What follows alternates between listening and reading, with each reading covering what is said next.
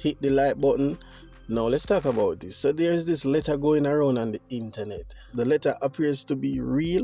However, I cannot confirm if Noel Maitland did wrote this letter, but it's an open letter and he addressed it to the family of Donalee Donaldson, to my own family, to my colleagues of Jamaica Consular Force, to the members of the legal profession across Jamaica, and to the people of this country. Before I read the letter, if you are new, subscribe and don't forget to hit the like button. Spread the video so your friends and your family and everyone can actually get a glimpse of this. Now, to the letter. I write these words from a place no man ever expect to find himself, a place where silence is heavy, where heavy thought echoes louder than it should, and where times give you nothing but space to reflect on everything that has happened. There are moments in life when words feel small, and this is one of them. Because no matter what I say here, I understand that it may never be enough for some people. For others, it may never be believed, and yet I still feel compelled to speak. Not to change minds, but to hurt as a human being, beyond the headlines, beyond the courtroom, beyond the judgment. First, to the family of Donalee.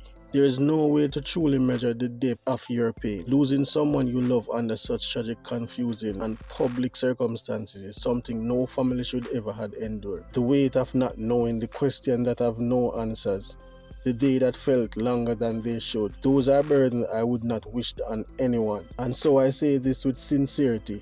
I am deeply sorry for your pain. I am sorry for the grief that has taken hold of your life. I am sorry that this situation had left you searching for closure that has not yet come. But I must also say this, as I have said from the very beginning, I did not harm Donalee. I know how that sounds to many. I know how it's received, but it remains the truth I carry, regardless of the circumstances I now face. Donalee was not just a name in the news to me. She was someone I knew, someone I cared about, someone I shared moments with, moments that were real. Like any relationship, we had disagreement, we had differences, but never violence, never harm. I have heard the things that have been said.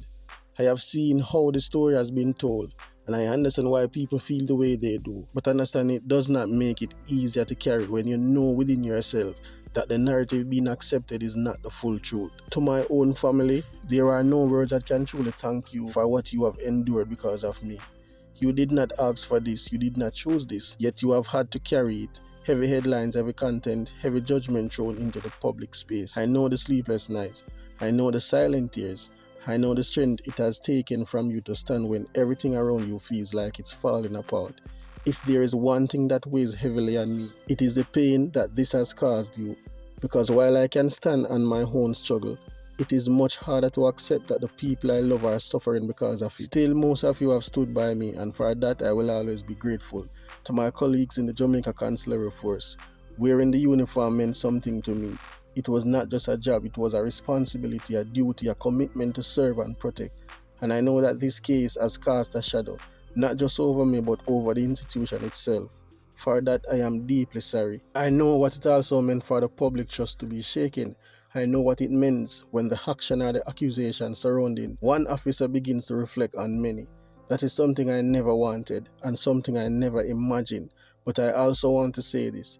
The man you worked with, the man you knew, the one who showed up, the one who did his duty, who carried himself with professionalism, that is who I am, and that has not changed. To the members of the legal profession and the justice system as a whole, I respect the process, I respect the rules of law, and I understand that the system must operate based on the evidence present before it.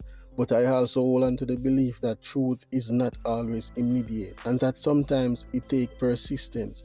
And so while I have been judged within that system, I continue to stand on what I know to be true. I am innocent, not as a statement craft for sympathy, not as a line repeated out of desperation, but as a reality I live with every single day. To my friends, my brothers, and those who knew me beyond this moment, you have seen me in ways the public never has. You have known my character, my values, my flaws, and my strength. And in a time where everything has been reduced to a single narrative, your support has reminded me that I am more than this moment. I thank you for standing firm, even when it was not easy to do so. And finally, to the people of Jamaica. This case has not just affected families, it affected a nation. It has stirred emotion, raised questions, and left many searching for answers. I understand the anger, I understand the frustration, I understand the desire for justice.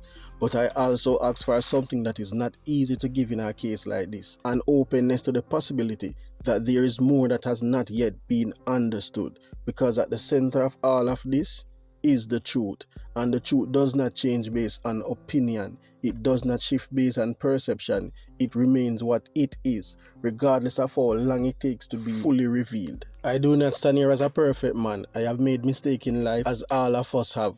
But I have never taken a life. I have never harmed Donalee. Wait, you never dash your man before as a police officer in a game so long? Well, a whole heap of officer in a long and never take a life before. Big up yourself still. Those are words I carry not just in public but in private, in silence, in moments where there is no one else to hear them but myself. I pray for Donalee wherever the truth of her situation may rest. I pray for her family that they may one day find the peace and closure they deserve. I pray for my family that they may find strength in the days ahead, and I pray that one day the full truth will come to light. Until that day, I remain a man holding on to that truth, even when everything around me challenges it. Respectfully, Noel Maitland. What do you think? If I really Noel write this, brother. Let me tell you something. You see what you did do? Can't robot. You see what you did do? You see if you did do that and you can't, nobody did do that. It is simple as that.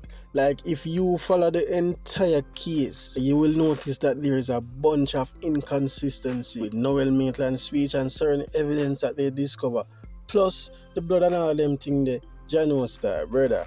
Jano. Viewers, I hope I'm right it still. I hope say this is just some fake AI shit. Okay, you don't know how TikTok stay. A lot of these creators just put up a bunch of stuff. However, it go viral and I just feel like share it to you guys. What do you think? Leave a thought in the comment section and let me know what you think about this. Do you feel like Noel Maitland even care about Donalee or the family?